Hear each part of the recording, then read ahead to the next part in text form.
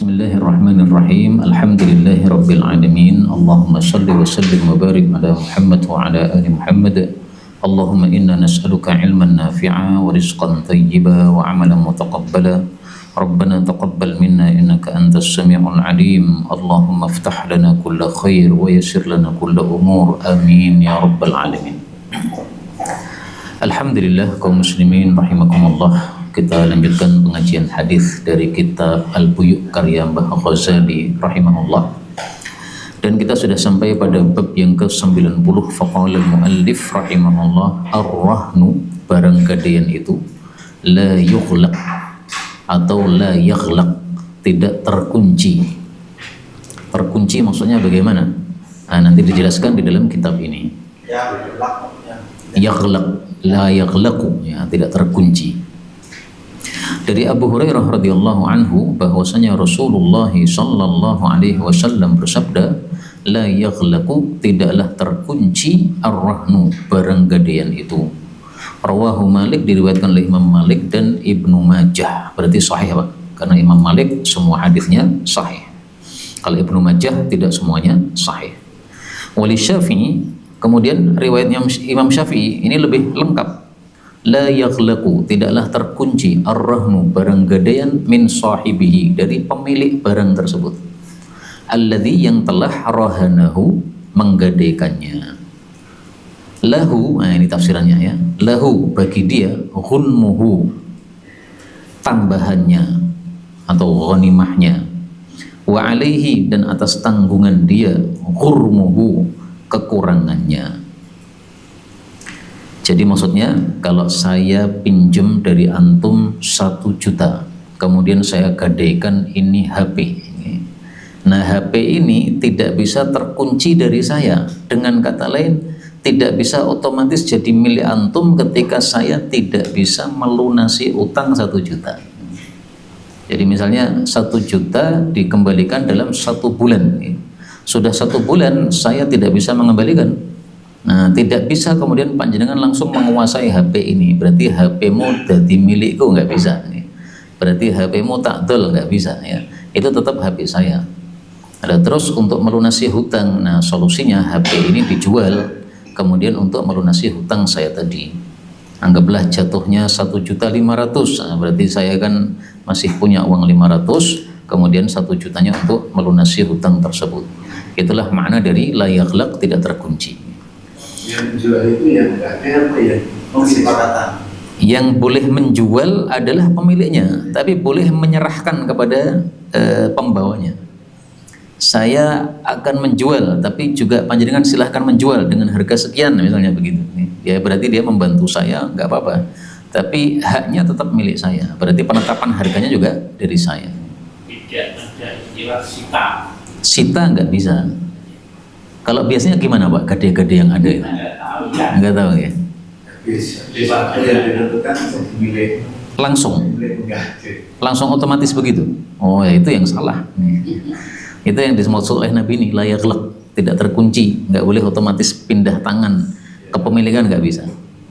Terus seandainya saya misalnya menggadai ke antum 1 kambing, kemudian kambingnya itu ketika di rumah antum melahirkan, nah itu anaknya kambing milik siapa? Milik saya. Itulah yang dimaksud lahu ghunmuhu, bagi saya tambahannya itu beranak pinak.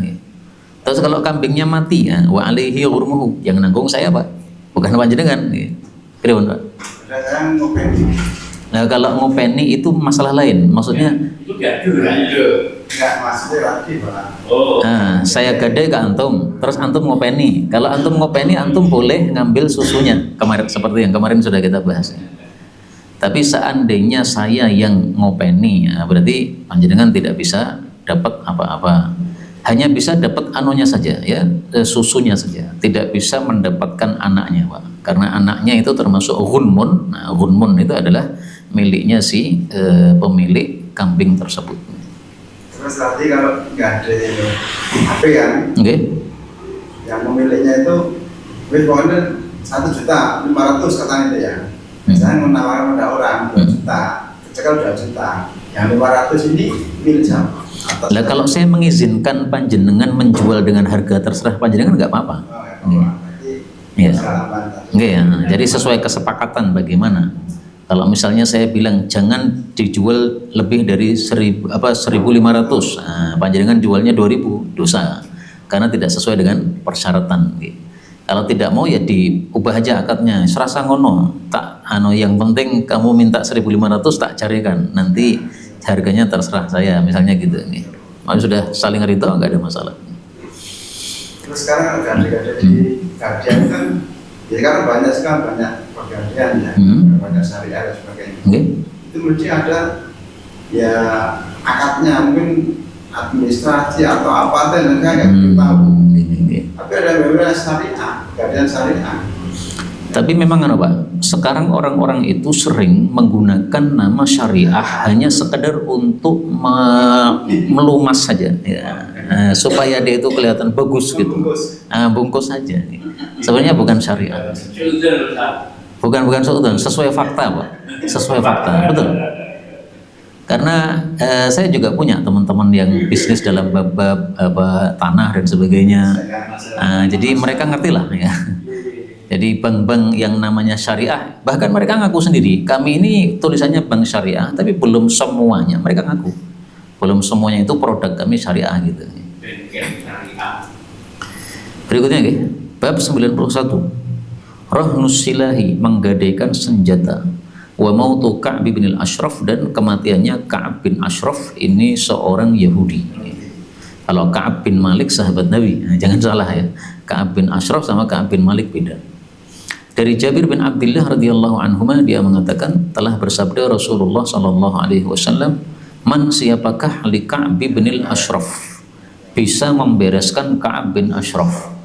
Nah, jadi Nabi itu kalau mau menyuruh seseorang membunuh seorang tokoh kafir yang kurang ajar, itu menawarkan Pak, tidak langsung asal tunjuk kamu berangkat, enggak ya, tapi siapa yang berani nih.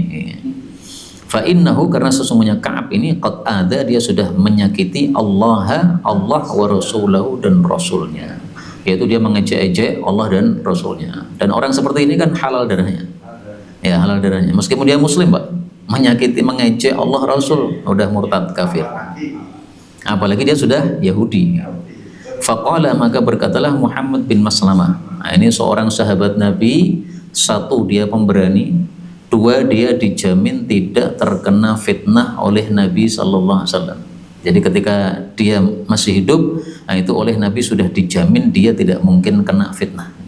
Saya temukan dalilnya dalam riwayat Abu Dawud, Nabi mengatakan la tadurrukal fitnah, wahai Muhammad bin Maslamah, kamu tidak akan terkena fitnah.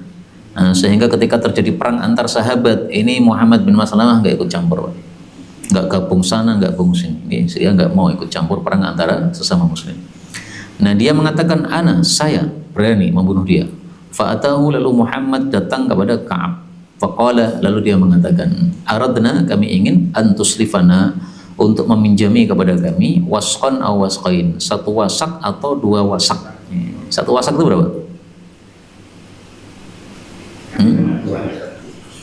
Al-wasqu situna so'an, 60 so'. Sementara satu so' 2,5 kilo kali 60. Nah, tinggal dikalikan. Dan ini termasuk bolehnya kita dusta karena perang, Pak. Ini termasuk perang karena ingin membunuh si Ka'ab tadi. Nah, sehingga dia pura-pura pengen utang, padahal enggak pengen utang. Faqala, maka Ka'ab mengatakan, irhanuni, gadaikan kepadaku nisa'akum, istri-istri kalian. Orang ajar kan? Kalau mereka mengatakan, kaifa narhanuka, bagaimana kami gadaikan padamu nisa'ana, istri kami, wa anta ajmalul Arab, sementara kamu itu orang paling gantengnya Arab. Maksudnya apa? Kami khawatir istri kami nanti kecantol sama kamu. Ini juga pura-pura Pak. Apakah betul dia paling ganteng? Belum tentu. Kalau dibandingkan Nabi Muhammad, jelas enggak paling ganteng. Kalau dia mengatakan farhanuni, kalau begitu gadaikan kepadaku abnaakum. Ini yang kedua ya, anak-anak kalian. Yang pertama tadi nisa ya, cewek. Kalau mereka mengatakan kaifa narhan, bagaimana kami gadaikan abnaana, anak-anak kami. fayusabbu ahaduhum, lalu dicela salah satu mereka, fayuqalu, lalu dikatakan ruhina biwasqin, anak ini pernah digadai dengan nilai 1 wasak atau 2 wasak. Hadza arun alaina, ini aib bagi kami kalau begitu. Walakinna, akan tapi kami narhanuka, kami akan menggadaikan padamu al-la'mah, senjata. Nah, di sini mulai semestinya kalau dia pinter, wah ini kita emeh membunuh saya ini, mestinya begitu ya. Tapi dia tidak muncul firasat. Yang muncul firasat itu istrinya. Istrinya sebenarnya melarang. Ya. Jangan nih, ini nanti akan dibunuh. Ya. Dia bilang, oh saya ini pemberani, nggak ada masalah. Mau saya ditantang duel pun saya berangkat ya gitu. Itu Mas Wahab itu juga. Siapa? Mas Wahab tadi saat Mas kafir dan sahabatnya itu. Ka'ab kafir, Muhammad Maslamah sahabat. Masa saat kafir, itu sahabatnya Ka'ab. Oh iya. Makanya tidak hanya sahabat Pak, tapi malah ada hubungan khusus. Qala Sufyan, berkata Sufyan, al-la'mah itu adalah as-silah, yaitu senjata. Fawa'adahu, lalu dia menjanjikan kepadanya ayyatiyahu, untuk mendatanginya, faqatalu, lalu mereka pun membunuhnya. Nah, membunuhnya ini pun juga dengan tipu daya lagi. Pura-pura mencium bau parfum. Dan dia mengatakan nanti kalau kepalanya sudah saya tangkap, kalian bunuh. Dan dia pakai kode, yaitu kodenya misalnya mengatakan misalnya begitu. Nah, maka kode-kode seperti ini nggak ada masalah, kita gunakan dalam rangka untuk mencapai satu kebenaran yang ingin kita capai. Kemudian atau Nabi, mereka datang kepada Nabi SAW, fa'akhbaru, lalu mereka mengabari beliau, muttafaqun alaih. Nah, ini menunjukkan bahwa kalau kita ditugasi sesuatu, kalau udah selesai itu lapor, jangan diam saja.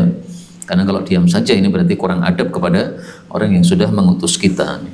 Adapun yang berkaitan dengan bab pada kalimat nurhinukal la'nah, kami gadaikan padamu senjata, berarti boleh menggadaikan senjata itu. Dan di sini seandainya tidak ada hadis ini, seandainya boleh nggak kita gadai senjata? Boleh. Kenapa? Nabi yang pernah juga menggadaikan. Bukan, seandainya tidak ada hadis. Kalau ada hadis kan jelas, ada hadis ya udah itulah dalil. Seandainya tidak ada hadis ini, nggak ada dalil yang lain. Nah, ada kaidah al-aslu fil muamalah al-ibahah. Hukum asal dalam bab muamalah boleh, sehingga sebenarnya nggak perlu dalil, Pak. Lah memang nggak perlu dalil, kenapa di sini Mbah Ghazali menulis judul bab gadai senjata? Ya inilah ahli hadis. Ahli hadis begitu, setiap menemukan dalil ditampilkan. Karena keinginan ahli hadis itu apapun yang kita lakukan sebisa mungkin ada riwayat. Sampai Imam Sufyan mengatakan kalau bisa jangan garuk kepala kecuali ada dasar asarnya. Kamu garuk kepala kenapa? Nah, boleh kita kembangkan ya. Jangan udah upil kecuali kalau ada dalilnya, Pak. Ada nggak dalilnya, Pak? Kalau nggak usah. Nah, itu teorinya ahli hadis gitu ya, supaya mereka itu betul-betul mengamalkan sesuatu itu ada sumbernya, ada dasarnya. Ya sebenarnya tetap hukumnya tetap mubah. Berikutnya abu bab tentang ad-dhamani monggo. Jadi aslinya gadai itu gimana? Kalau utang nggak ada jaminan ya. Nah, utang itu boleh ada jaminan atau tidak ada jaminan? Hutang itu tidak harus ada gadai. Ketika ada jaminan itulah disebut gadai. Maka berarti ini ada 2 akad ya. Akad utang itu 1, akad gadai ini 2. Apakah utang harus gadai? Tidak. Jadi utang tok juga nggak apa-apa. Biasanya kalau sudah percaya itu tidak perlu gadai. Tapi kalau belum percaya, nah barulah kemudian disyariatkan gadai. Jadi kalau ada barang nanti kita hitungannya gadai ya. Gimana? Kalau ada barang dititipkan, ya meskipun tanpa kata-kata gadai ya itu namanya gadai. Karena tujuan dari gadai adalah tawthiqu dainin bi'ainin kemarin ya, mengikat utang dengan barang. Nah, supaya utangnya nggak lari kemana-mana. Maka diikat dengan barang yang kita pegang sehingga seandainya dia lari kita bilang loh barangmu cek tak boleh meleng ngoneng di. Nah, supaya dia nggak lari. Kemudian bab berikutnya tentang doman, menanggung wal kafalah dan menjamin. atau dibalik juga boleh ya. Ad-dhaman menjamin, al-kafalah menanggung. Bab 92. Wujubu wajibnya ada iddain melunasi hutang alal mali bagi orang yang mampu melunasi hutang. Mali itu maksudnya dia punya duit untuk melunas. Misalnya utangnya 1 juta, kita punya uang 1 juta, itu namanya mali. Kalau diterjemahkan per kata, mali itu artinya ghani, orang kaya. Makanya para ulama mengatakan istilah kaya itu dalam setiap bab definisinya beda-beda. Kaya dalam bab zakat, orang yang sudah mencapai nisab. Kaya dalam bab melunasi hutang, orang yang memiliki uang sesuai jumlah hutang, itu namanya kaya. 225 an Abi Hurairah radhiyallahu anhu anna Rasulullah sallallahu alaihi wasallam qala matlu menunda-nundanya al-ghani orang kaya, yaitu yang tadi yang punya duit tadi, zulmun adalah zalim. Fa idza maka apabila utbi'a dipindahkan ahadukum salah satu kalian ala maliyin kepada orang yang kaya, maksudnya ada duitnya tadi, falyatba maka hendaklah dia menerima pemindahan tersebut. Muttafaqun alaih. Coba terjemahnya apa Pak? Yang di situ. Yang hadis ini terjemahnya apa? Orang kaya yang melambat-lambatkan membayar hutang adalah zalim. Apabila seorang dari kalian dipindahkan hutangnya kepada orang yang kaya, maka tagihlah. Ya, berarti terjemahnya sudah tepat nih.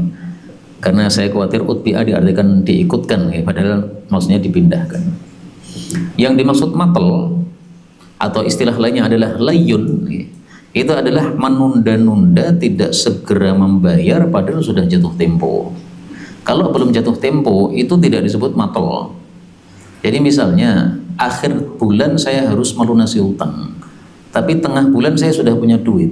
Nah itu ketika saya tunda-tunda tidak segera bayar, itu bukan termasuk yang matel di sini, karena belum jatuh tempo. Sehingga orang melunasi hutang itu bisa 3 tingkatan. Tingkatan pertama afdol, tingkatan kedua biasa, tingkatan ketiga dolim. Afdal itu adalah sebelum jatuh tempo kita lunasi. Biasa itu adalah kita lunasi tepat waktu pas jatuh tempo.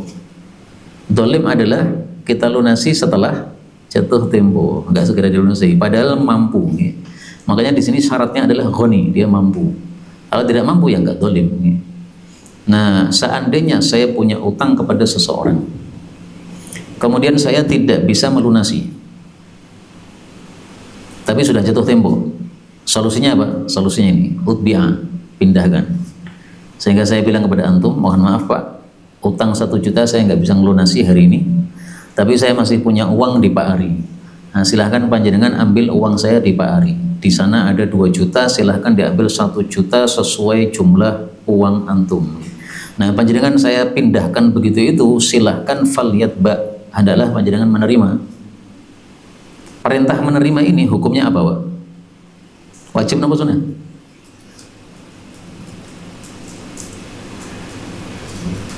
Boleh diambil. Menurut jumhur sunnah. Berarti panjenengan boleh menolak. Mau aku tak pindah nih Pak Ari, cukup dewe kono. Nah, itu boleh. Ya. Tapi kalau mazhab zahiri wajib Pak. Berarti panjenengan menolak nggak boleh.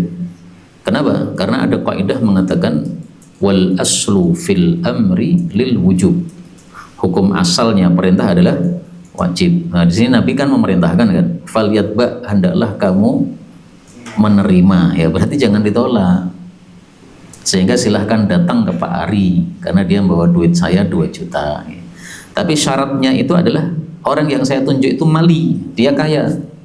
Jadi saya nunjuk Pak Ari. Pak Ari itu harus memang punya uang 1 juta yang antum miliki tadi.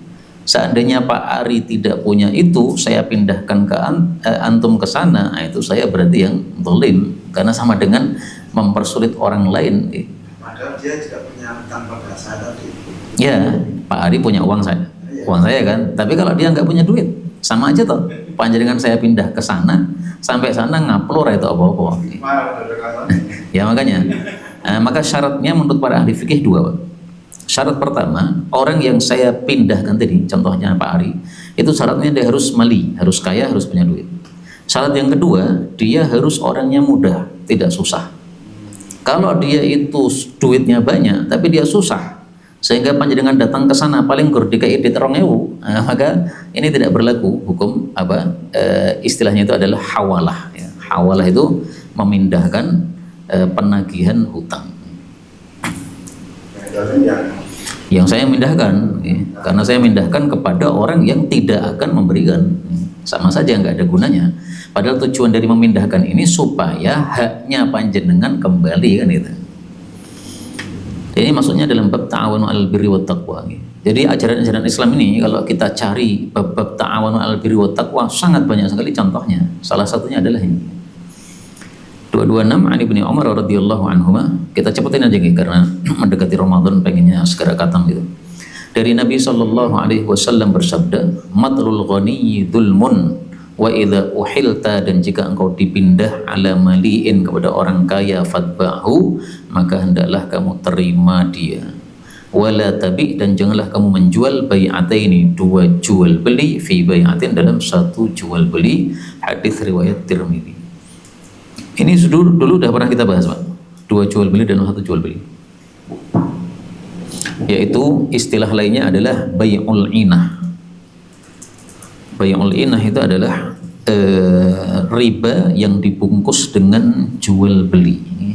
Kalau panjenengan pinjam ke saya 1 juta mengembalikan 1.100.000 kan riba. Nah, supaya tidak riba maka diubah sebagai jual beli. Panjenengan saya tawari HP saya ini yaitu harganya 2 juta. Tapi panjenengan nggak punya duit, berarti panjenengan kredit. Setelah ini terbeli 2 juta, berarti panjenengan punya utang kepada saya 2 juta. Saya beli lagi nih HP ini 1 juta. Terus saya bayar langsung cash 1 juta. Berarti panjenengan pergi bawa duit 1 juta, tapi masih punya utang kepada saya 2 juta. Sebenarnya kan sama aja kan? Sama saja panjenengan utang ke saya 1 juta, nanti harus kembalikan 2 juta, tapi dibungkus dalam jual beli. Itu namanya bai'ataini fi bai'ah. 2 jual beli dalam 1 jual beli. Jual beli pertama saya jual HP secara kredit. Jual beli kedua saya beli HP secara kontan. Butuh duit. Ini tafsiran pertama. Tafsiran yang kedua, si'ro ini fi sil'atin, 2 harga dalam 1 barang. Tetapi ini haram apabila belum ditetapkan mana yang kita pilih, apakah harga kredit ataukah harga kontan. Kredit 2 juta, kontan 1 juta. Kemudian saya ambil barang tapi belum jelas mana yang dipilih, harga kredit atau harga kontan. Ini nggak boleh. Kalau udah dipilih kreditnya, nah boleh. Atau dipilih kontannya, gak ada masalah, bebas. Ini yang dilarang oleh Nabi. Sehingga kalau model pertama ini haramnya karena dia melakukan helah tipu daya ya. Padahal tujuannya riba. Kalau yang kedua ini larangannya karena apa? Gharar, spekulasi, gak jelas, atau jahalah, racetong ya. Yang dipilih yang mana gak jelas, harus jelas. Karena kadang-kadang gitu, Pak, sesama teman itu akhirnya jadi nggak jelas. Seperti salah satu teman tuh ada yang beli pintu ya, kepada teman juga. Berapa pintu ini? Murah, Pak. Nah, dikira murah itu murah tenan gitu. Ternyata setelah pintunya jadi 2 pintu itu suruh bayar 22 juta, Pak. 1 pintunya 11 juta. Langsung denger gitu nih. Nah, saya ketika diberitahu saya bilang panjenengan salah. Kenapa? Karena harga gampang itu bukan harga. Gampang, murah itu bukan harga itu. Harga itu harus dinominalkan. Dia mengatakan murah menurut versi ini sopo. Sekarang pintu 22 juta itu menurut panjenengan mahal apa murah, Pak? Yang coroku tak bayar. Kayak ngapusi aku ya. 22 juta padahal apa? Ngomongin murah. 22 orang murah meneh. Pintu kok 22 juta. Nah itulah apa, kadang-kadang itu gara-gara teman, Pak. Malah salahnya di situ. Tapi menurut saya ya karena ini tadi ya tidak pakai syariat akhirnya jadi kekacauan. Nggak ditentukan. Bab berikutnya bab 93. Dhaminu dainil mayyit. Orang yang menanggung hutangnya mayit. 227 dari Salamah bin Aqwa radhiyallahu anhu. Salamah ini terkenal ahli lari, sehingga kalau dia lari dengan kaki itu bisa mengalahkan kecepatan kuda dan onta. Dia mengatakan kuna adalah kami julusan duduk-duduk indan Nabi, di hadapan Nabi sallallahu alaihi wasallam, tiba-tiba utia didatangkan bijanazah, seorang jenazah. Faqalu, mereka mengatakan sholli alaiha, salatkan terhadap jenazah ini. Faqala, Nabi bertanya, hal alaihi dain, apakah atasnya ada hutang? Karena kalau ada hutang beliau nggak mau nyalatkan. Bukan berarti hutang haram ya, tapi untuk tahdzir supaya orang tidak mudah-mudah hutang, itu maksudnya. Qalu, mereka mengatakan lah, nggak ada. Qala, beliau bertanya, fahal taraka syai'an, apakah dia itu meninggalkan sesuatu, maksudnya warisan. Qalu, mereka mengatakan lah, tidak juga. Fasalla alaih, lalu beliau salat terhadap jenazah tadi. Nah, ini pertanyaan yang kedua, fungsinya apa ini? Apakah dia meninggalkan warisan? Dijawab tidak, lalu beliau salat. Mungkin maksudnya Nabi adalah kalau dia meninggalkan warisan maka segera dibagi untuk ahli warisnya. Mungkin yang beliau maksud begitu, karena beliau tidak menjelaskan ini kenapa beliau bertanya begini. Tapi tidak menurut yang warisan, terus saya nggak menyalahkan itu. Nggak ada kaitannya sebenarnya. Karena kalau dia punya warisan atau tidak punya warisan sama aja, ya tetap disalatkan oleh Nabi, karena yang intinya di hutangnya tadi. Kemudian utia didatangkan lagi bi janazatin ukhra, jenazah yang lain. Faqalu, mereka mengatakan, ya Rasulullah, sholli alaiha, salatkan dia. Qala, beliau bertanya, hal alaihi dain, apakah dia punya utang? Qila na'am, dijawab ya. Ini boleh dibaca na'im ya, dua qiraat. Qala, beliau bertanya lagi, fahal taraka syai'a, apakah dia meninggalkan warisan? Qalu, mereka mengatakan, thalathata dananir, 3 dinar.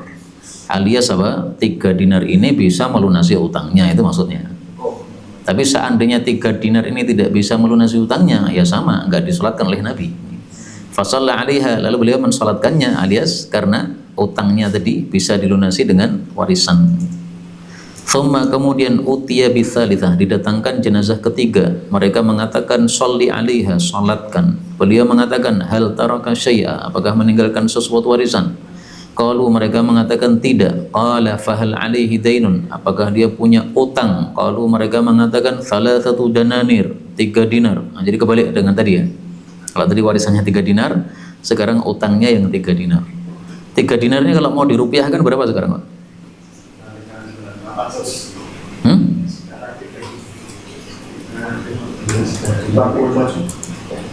Bukannya 1 dinar sekarang 8 juta.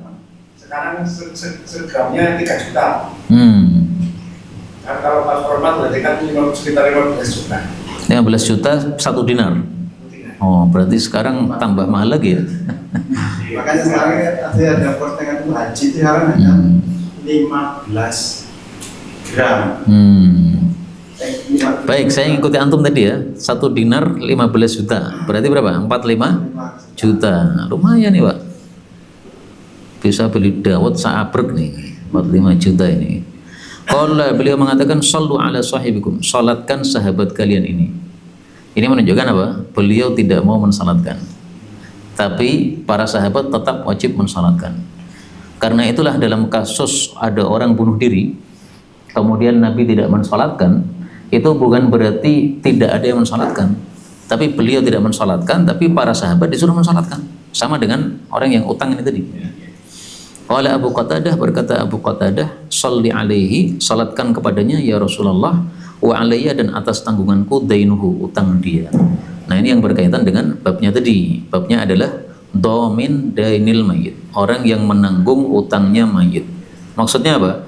Penanggung utangnya mayit ini tidak harus kerabat si mayit, karena dalam kasus ini Abu Qatadah ini hanya sekedar tangga, nggak ada hubungan kerabat sama sekali. Karena itulah dalam masalah yang lain diperselisihkan oleh para ulama. Misalnya orang berkorban untuk si mayit. Nah, ini sebagian ulama berpendapat harus ada wasiat dari si mayit. Kalau tidak ada wasiat dari si mayit tidak sah. Nah, bagi yang mengatakan sah, dasarnya ini kan mirip, Pak, yaitu utang, dilunasi tanpa ada pesanan dari si mayit. Nanti tolong kalau saya mati dilunasi, enggak ada pesanan begitu. Abu Qatadah sukarela sendiri dia. Fasalla alaihi, lalu Nabi pun mensalatkan jenazah tadi, hadis riwayat Bukhari. Dan ini sekaligus menunjukkan fadilahnya Abu Qatadah. Dia memang kaya, tetapi dia dermawan, sehingga dia rela melepaskan uang 3 dinar 45 juta untuk tetangganya yang mati tidak punya warisan, tidak meninggalkan warisan. Kemudian kemarin saya ngaji sama Syekh Wunis ya. Itu beliau menjelaskan bahwa kalau ada seorang mati meninggalkan hutang, itu tidak wajib ahli warisnya melunasi hutangnya bapaknya, hanya sunnah saja. Kenapa? Kata beliau, la taziru waziratun wizra ukhra. Orang itu tidak menanggung tanggungannya orang lain. Jadi kalau misalnya bapak kita mati meninggalkan warisan, alhamdulillah Pak, kita dapat. Kalau beliau mati meninggalkan utang, sementara warisan beliau tidak mencukupi untuk melunasi hutang, nah itu tidak wajib kita sebagai anak melanjutkan pelunasan hutang. Ya kita bilang aja kepada yang ngutang itu, ini hartanya bapak, warisan tinggal 30 juta, panjenengan minjemi 50 juta, ambillah 30, 20 nggak ada. Nggak wajib bagi anaknya untuk apa? Melunaskan. Itu pendapat kedua. Bukan, beliau tidak mengatakan ada pendapat yang lain, nggak ada. Jadi beliau tidak mengatakan ada dua pendapat, nggak, sehingga zahirnya tidak ada dua pendapat. Nah, masalah birrul walidain itu masalah lain, Pak. Karena gini, ini kan bicara hukum. Kalau bicara hukum itu wajib tidak itu sudah baku. Adapun masalah birrul walidain masalah adab. Karena kalau kita kaitkan ke birrul walidain, belum tentu birrul walidain di sini tepat. Misalnya bapaknya memang suka utang dan utangnya ragu-raguan, utangnya untuk foya-foya misalnya. Nah kalau kita malah melunasi itu seolah-olah kita merelai tingkah tadi gitu. Sebenarnya anaknya sudah melarang terus berkali-kali, gitu, masih nekat. Nah, ya sudah. Kan demikian juga Syekh Wunis tadi mengatakan orang yang utang itu ketika dia mati dan belum melunasi utangnya masih ada dua kemungkinan lagi kata beliau. Kemungkinan pertama dia sudah ada niatan untuk melunasi hutang. Nah orang seperti ini nanti di akhirat akan dilunasi oleh Allah sebagaimana hadis yang kemarin kita baca ya. Tapi memang ya hadisnya bermasalah kan kemarin. Terus kemungkinan yang kedua memang dia tidak punya niatan untuk melunasi, itulah yang disiksa oleh Allah Subhanahu wa taala. Nah sehingga artinya kaitannya dengan anak tadi, kalau anak tidak melunasi utangnya pun ya nggak apa-apa. Dia nanti akan dibereskan oleh Allah Subhanahu wa taala utangnya di akhirat besok. Nah itu maksudnya dari warisan tadi loh. Jadi warisannya bapak jangan dibagi kecuali sudah diselesaikan utangnya. Lah utangnya kok masih bersisa, nah ini jadi kewajiban anak atau tidak? Tidak. Mau lunasi silahkan, tidak mau lunasi ya apa-apa. Paling-paling orang-orang mengatakan wah anak durhaka, paling-paling gitu aja. Tapi secara hukum fikih itu nggak dosa gitu loh. Ini penjelasan Syekh Wunis. Beliau tidak mengatakan ada perselisihan pendapat. Padahal biasanya beliau itu kalau ada perselisihan pendapat biasanya menjelaskan. Di sini beliau tidak menjelaskan adanya itu. Sehingga akhirnya nggak ada perselisihan. Dan menurut saya masuk akal ya. Karena tadi la taziru waziratun wizra ukhra, la yajni 'alaika wa la tajni 'alaih. Jadi orang berbuat kriminal itu yang nanggung dia sendiri, tidak ditanggung oleh anaknya. Berikutnya 228. Dari Abdullah bin Abi Qatadah dari bapaknya Abu Qatadah bahwasanya Nabi SAW utiya didatangkan birojulin seorang laki-laki liyusalli alaih untuk beliau salatkan padanya. Lalu beliau mengatakan sallu ala sahibikum, salatilah sahabat kalian ini fa inna alaihi dainan, karena sesungguhnya dia menanggung hutang. Maka Abu Qatadah berkata huwa alayya, hutang itu tanggungan saya ya Rasulullah. Qala, beliau bertanya bil wafa, pelunasan? Qala, dia mengatakan bil wafa, pelunasan. Artinya gini, kamu itu mau membayar untuk melunasi atau membayar untuk minjemi? Kalau cuma minjemi serakace, padha wae, dia masih punya utang, utangnya pindah kepada kamu. Sehingga kalau kamu cuma minjemi tok, saya nggak mau salatkan. Tapi kalau wafa alias melunasi utang dia, maka saya akan salatkan. Qala fa shalla alaihi. Coba itu terjemahan apa Pak Silo? Penuh. Oh ya. Penuh juga bisa. Jadi bil wafa dengan penuh alias jadi misalnya utangnya 30 juta. Nah, kamu itu melunasi 30 apa 20? Kalau kamu cuma melunasi 20, berarti masih punya utang 10, saya nggak mau salatkan. Diartikan begitu juga bisa. Sehingga ada dua syarah untuk hal ini ya, karena yang pernah saya dengarkan syarahnya seperti tadi, bahwasanya si mayit lepas dari tanggungan, yaitu karena sudah dilunaskan oleh Abu Qatadah. Tapi memang terjemah secara lughawi yang biasanya ya wafa adalah penuh tadi. Berikutnya bab 94, al-madmun, orang yang ditanggung itu yabra, bebas, bil qada'i, dengan sebab dilunasi. La, bukan bid-dhamani faqat, dengan ditanggung saja. Dari Jabir dia mengatakan, adalah Rasul sallallahu alaihi wasallam la yusalli, tidak mensalatkan ala rajulin, atas jenazah seorang, mata yang mati wa alaihi dainun, menanggung hutang. Fa'utiya bimayyit, lalu didatangkan seorang mayit, maka beliau bertanya, a'alaihi dain, apakah dia nanggung hutang? Mereka mengatakan, na'im dinarani, ada 2 dinar. Maka beliau bersabda, sallu ala sahibikum, salatkan sahabat kalian. Lalu Abu Qatadah al-Ansari berkata, 2 dinar itu atas tanggungan saya ya Rasulullah. Maka beliau pun salat kepadanya sallallahu alaihi wasallam.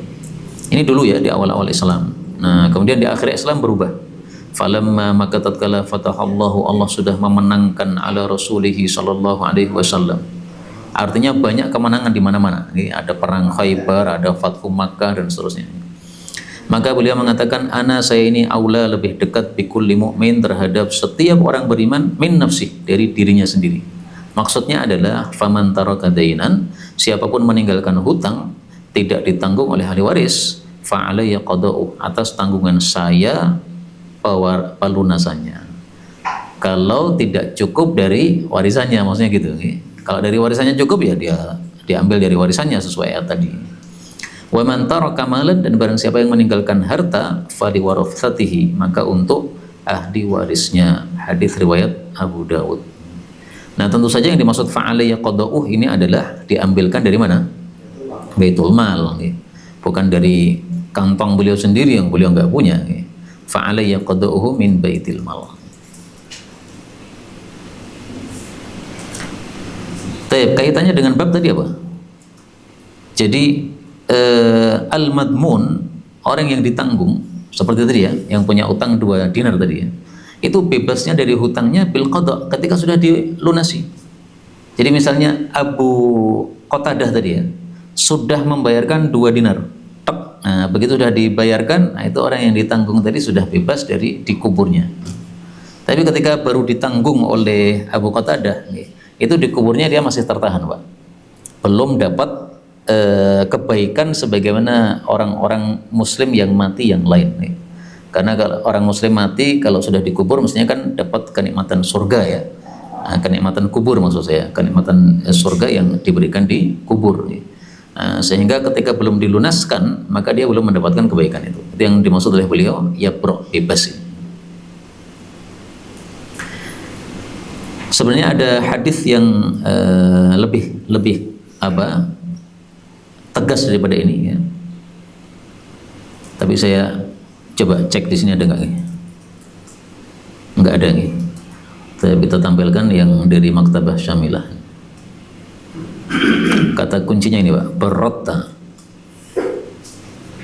Al-an, sekarang ini, hina, ketika berrotta alaih, engkau sudah mendinginkan untuknya jildahu, kulitnya. Jadi ketika belum kamu lunasi, itu masih panas di kuburnya alias belum mendapatkan kebaikan. Begitu sudah kamu lunaskan, saat inilah kulitnya sudah mulai dingin alias apa? Sudah tidak mendapatkan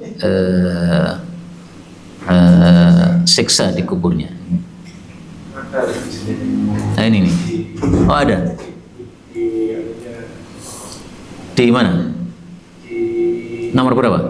Ya masih Arab tapi Wali Ahmad, ada keterangan Wali Ahmad. Oh Wali Ahmad. Di hadis ini juga. Ya. Nah ini berarti pentingnya ditampilkan semuanya ini. Iya. Coba antum baca Wali Ahmad. Yang Wali Ahmadnya saja. Rojulun Pakosanahu wahanatnahu wa kafanahu summa ataina bihi Rasulullah sallallahu alaihi wasallam usolli alaihi. Enggak langsung matanya, yang qala Rasulullah ada. Nih. Qala innama mata inna qala minal wajib qala qad itu huma qala Rasulullah sallallahu alaihi wasallam faradat alaihi sujud. Barodat atau barota? Ini barodat. Oh, barodat nih. Nah, kalau di sini kan barota. Barota engkau mendinginkan. Kalau barodat dingin. Sekarang jildun kulit itu mu'annas atau mudzakkar? Baddalnahum juludan ghairaha. Enggak, itu kalau itu jamak ya. Tayyib, kita langsung lihat di Ahmad aja ya. Harokatnya apa di sana nih? Musnad Ahmad. Ini yang ada harokatnya di sini sama di sini.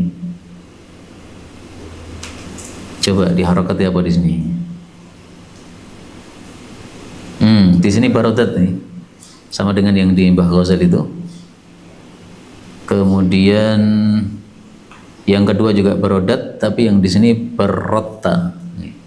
Ya saya kira dua-duanya bisa ya. Artinya jildun dianggap mu'annats, oke lah, karena itu anggota tubuh manusia, sebagaimana yatun, rijlun kan juga apa? Mu'annas ya. Tapi kalau berrota ya karena pelunasnya dia sehingga dengan sebab dia lunasi itu menjadi dingin kulitnya maka di sini boleh dibaca berrota atau berodat. Ini karena tidak ada syarah untuk Musnad Ahmad, Pak. Seandainya ada syarah kita buka di syarahnya. Tapi nggak ada syarah, ya sudah secara lughawi saja kita menentukan bacaannya ini. Bab 95. Man wajada, orang yang mendapati aina malihi, zat dari hartanya, inda rajulin, pada seseorang. Jadi maksudnya saya menemukan HP saya yang hilang di tangan antum. Nah itu saya berhak nggak ngambil dari antum? Padahal antum ya beli ya HP-nya itu, Pak. 230 dari Hasan dari Samurah bin Jundub atau Jundab, dia mengatakan Rasulullah sallallahu alaihi wasallam bersabda, man wajada, siapa mendapati aina malihi, zatnya barangnya, inda rajulin, pada seseorang, fahuwa ahaqu bih, maka dia lebih berhak terhadapnya. Panjenengan jual HP, ketika saya datang ke warung antum, saya kaget, loh ini HP ku, Pak. Nah itu saya lebih berhak, Pak. Lalu panjenengan kan rugi. Nah, caranya supaya nggak rugi, wayat tabi'u, dan mengikuti al-bayy', si penjual, yaitu panjenengan, man ba'ahu, kepada orang yang menjual kepadanya. Nah, maka panjenengan cari yang kemarin jual HP kepada panjenengan. Kowe nemu HP saka ngendi? Mbak ning nggone sate kae. Nah, maka saya yang lebih berhak. Ini hadisnya derajatnya dhaif. Karena dhaif maka tidak bisa dijadikan sebagai hujjah. Saya ingin bertanya, panjenengan cocok nggak saya lebih berhak, atau panjenengan cocok panjenengan yang lebih berhak? Ini yang biasa. Saya yang punya barang, tapi panjenengan kan beli juga HP-nya. Gimana? Cocok yang lebih berhak saya atau panjenengan? Yang beli. Pemilik atau yang beli? Yang beli. Penjual berarti ya? Iya, bisa saja. Karena kan sama-sama kan? Kalau saya lebih berhak, berarti panjenengan yang mengejar kemarin penjualnya. Kalau panjenengan lebih berhak, berarti yang mengejar saya. Nah, sayangnya ini kan hadisnya dhaif. Karena hadisnya dhaif nggak bisa dijadikan sebagai hujjah. Nah, kita tampilkan bab berikutnya, ini sebaliknya. Bab 96. Man wajada ma'lahu, orang yang mendapati hartanya, inda rajulin, pada seseorang, ghairi muttaham, yang orang ini tidak tertuduh. Jadi panjenengan orang baik, tidak tertuduh pencuri HP. Tapi HP saya faktanya di panjenengan. Nah, gimana ini kasusnya? 231 dari Usaid bin Hudair bin Simakdah, bahwasanya Nabi SAW qadha, memutuskan, annahu, bahwasanya, idza wajadaha, kalau seseorang mendapati barangnya, fi yadir rajul, pada tangan seseorang, ghairil muttaham, yang tidak tertuduh, maka ada dua pilihan. Pilihan pertama, fa in syaa, kalau dia mau, saya berarti ya, akhadaha, dia mengambilnya bimashtaraha, dengan harga yang dia membelinya. Nah, jadi panjenengan kemarin beli harga berapa? 1 juta. Ya sudah, saya tukar nih 1 juta. Kemudian HP saya ambil lagi. Wa insya'a, dan jika mau, ittaba'a sariqahu, dia cari, dia buntuti pencurinya. Nah, berarti saya tanya kepada panjenengan, ndak ingin nemu suka ngerti Pak? Nah, maka panjenengan kasih nomor HP-nya dia, saya hubungi dia. Jadi yang bekerja saya, yang mengejar keperluan saya sendiri.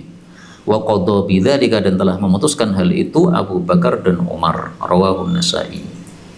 Ini kalau kita anggap hadis pertama dhaif, sementara hadis yang kedua ini derajatnya sahih, maka kita pakai hadis yang kedua.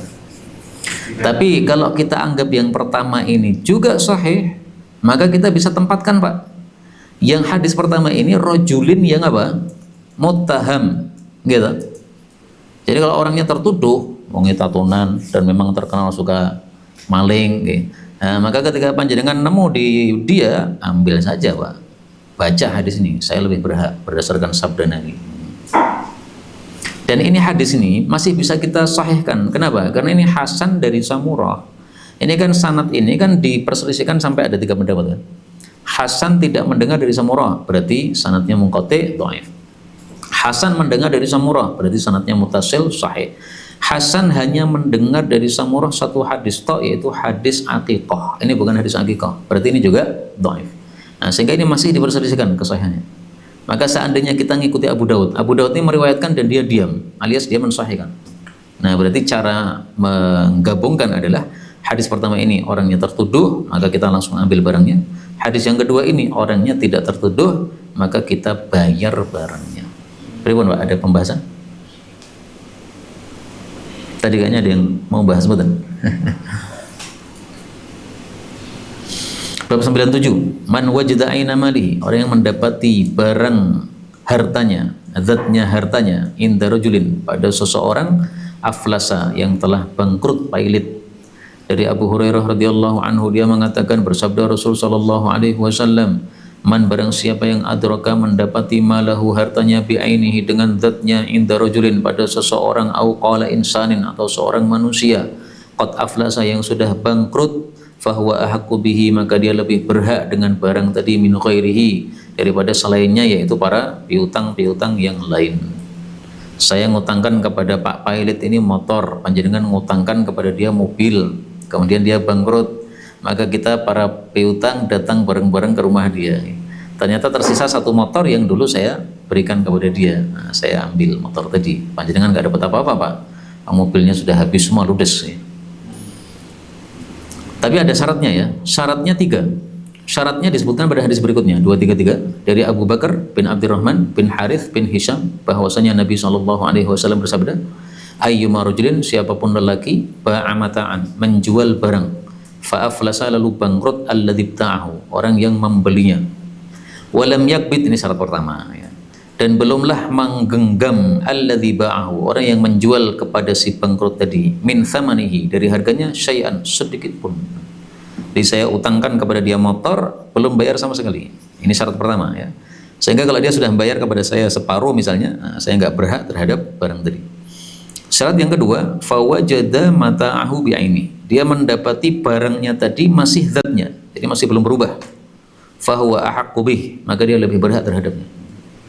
Jadi misalnya saya berikan kepada dia motor bebek tahun 80, ternyata pas saya datang masih motor itu, belum diganti dengan motor yang lain. Seandainya diganti dengan motor yang lain, meskipun sama-sama bebek 80, tapi sudah motor yang lain, bukan motor yang kemarin saya belikan, nah, saya tidak berhak. Ini 2 syarat yang sudah disebutkan hadis. Syarat yang ketiga adalah bahwasanya orang yang bangkrut tadi belum mati, Pak. Kenapa? Karena kalau dia mati, Nabi mengatakan wa in matal mushtari. Tapi kalau si pembeli yang bangkrut tadi mati, fasahibul mata, maka pemilik barang, yaitu saya pemilik motor tadi, uswatul ghurama, sama dengan piutang-piutang yang lain. Sama artinya gimana? Harta yang tersisa dibagi bersama. Seandainya saya ngutangi kepada si pilot tadi 1 juta, panjenengan juga 1 juta. Nah, berarti motor tadi dijual, nanti 50% saya, 50% panjenengan. Kalau saya ngutangi 2 juta, panjenengan ngutangi 1 juta, nah tinggal dihitung persenannya begitu. Nih. Itu apa terjemahnya di situ Pak? Uswatul ghurama apa? Diterjemahkan apa? Jika pemulihan meninggal, maka barang menjadi milik orang-orang yang menjadi contoh pemberi hutang. Nah ini yang saya nggak cocok. Uswah diartikan contoh itu uswatun hasanah. Itu ngawur itu. Mohon maaf ya, bukan ngawur ya. Nanti kalau penerjemahnya apa dengar saya ngomong ngawur kan rapena ya. Bukan ngawur ya, salah gitu. Karena kata-kata uswah itu bisa diartikan sawa gitu. Bisa diartikan qudwah. La uswatun hasanah qudwah. Tapi kalau uswah di sini sawaul ghurama, sama dengan piutang-piutang yang lain. 234 dari Samurah bin Jundab dari Nabi SAW berkata, man wajada mata'ahu, barang siapa yang mendapati barangnya inda muflis, pada orang yang bangkrut, bi'ainihi, masih barangnya, masih zatnya, fahuwa ahaqqu bih, maka dia lebih berhak terhadapnya. Nah ini hadis yang ditampilkan oleh Mbah Ghazali yang panjang ini sebagai penjelas untuk hadis yang pendek-pendek ini, karena ini ringkasan. Nah, makanya kaidahnya mengatakan al-mutlaq yuhmal ala al-muqayyad, atau yang semisal ini ya. Kalau ada hadis yang jelas, yang tidak jelas, maka dipahami dengan hadis yang jelas. Hadis yang global dipahami dengan hadis yang terperinci gitu. Bab 98. Khalqun Nabi sallallahu alaihi wasallam ahadan bisababid dain.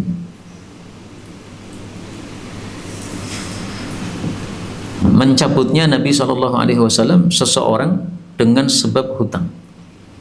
Jadi maksudnya ada orang hutang, kemudian dia dikeroyok oleh para piutang dan dia tidak bisa melunasi karena sudah bangkrut. Nah saya ambil, saya selamatkan. 235 dari Jabir bin Abdullah radhiyallahu anhuma bahwasanya Nabi sallallahu alaihi wasallam khala'a Mu'adz bin Jabal, mencabut Mu'adz bin Jabal min quramaihi, dari para piutangnya. Tsumasta'malahu, kemudian mempekerjakan Mu'adz alal Yaman, kepada Yaman, yaitu sebagai amil zakat, supaya dia dapat uang supaya bisa melunasi utang. Maka Mu'adz mengatakan, inna Rasulullah sallallahu alaihi wasallam, sesungguhnya Rasul sudah istakhlasani, menyelamatkan saya atau membebaskan saya, bimali, dengan harta saya, tsumasta'malani, kemudian beliau mempekerjakan saya. Rawahu Ibnu Majah. Tapi hadis ini dhaif karena ada Salamah al-Makki majhul, ada Abdullah bin Muslim bermasalah. Kemudian yang dimaksud istakhlasani bimali, menyelamatkan saya dengan harta saya, itu adalah fi muqabalati mali, ay u'tihim, saya berikan kepada para piutang tadi mali, harta saya, bi qadri ma yatayassar, dengan sekadar apa yang mudah. Jadi maksudnya harta saya yang tersisa berapa, nah itu oleh Nabi dibayarkan kepada para piutang tadi. Kemudian Nabi selamatkan Mu'adz. Ini Mu'adz sudah beres, sudah bebas dari antum. Antum dulu ngutangi berapa kepada Mu'adz? Anggaplah 100 juta. Tapi yang tersisa duitnya 10 juta. Ini sudah saya bagi sesuai dengan hak antum. Adapun kekurangannya itu tunggu Mu'adz sampai punya duit. Jadi jangan dituntut lagi. Nah, maka dikatakan sebagai apa? Istakhlasani bimali, menyelamatkan saya atau membebaskan saya dengan harta saya yang tersisa. Sehingga setelah harta tersisa itu dibagi-bagi kepada para piutang, itu sudah nggak boleh nuntut lagi Pak. Oh, memang adanya cuma segitu. Nah, tapi disuruh dia bekerja lagi. Nanti kalau dia akhirnya berhasil mengumpulkan duit, nah utangnya yang dulu harus dilunas. Jadi belum bebas ya, belum bebas 100%. Kalau bebas 100% nggak penaan kan. Baik, sampai di sini dulu karena sudah hampir 9:30. Tapi kalau ada pembahasan silahkan. Monggo silakan. Coba terjemahnya saya pengen tahu.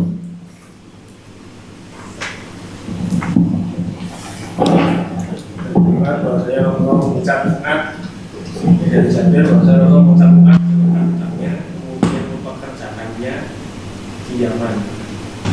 Mu'adz berkata, sesungguhnya Rasulullah memberikan secara murni hartaku untukku, kemudian beliau mempekerjakan aku.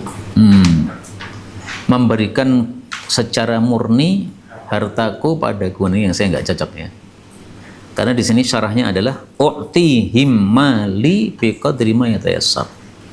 Saya berikan kepada mereka. Mereka siapa kira-kira? Para piutang, jelas nih. Hartaku dengan sekedar apa yang mudah. Nah, jadi yang mudah apa? Diberikan nih. Terus dia bebas. Dan ini sesuai dengan hadis yang lain nih. Dalam hadis yang lain itu Nabi mengatakan walaysa lakum illa dzalik. Kamu hanya mendapatkan itu. Nah ini, khudhu ma wajadtum. Ambillah wahai para piutang apa yang kalian dapati. Sisanya tinggal 10 juta, ambil. Walaysa lakum illa dzalik. Kalian tidak berhak selain itu tok. Sehingga membui Mu'adz enggak boleh. Ini kasus yang lain, bukan kasusnya Mu'adz ya. Tapi mirip, yaitu sama-sama apa? Sahabat yang bangkrut. Kalau ini gara-gara thimarnya, buahnya tidak berhasil panen. Mengudara. Kajian gratis ini berjalan atas izin Allah dan dukungan tulus dari Anda. Bersama kita sebarkan kebaikan seluas-luasnya. Yuk jadi bagian dari tim kebaikan kami dengan mendukung operasional dakwah. Jazakumullahu khairan katsiran.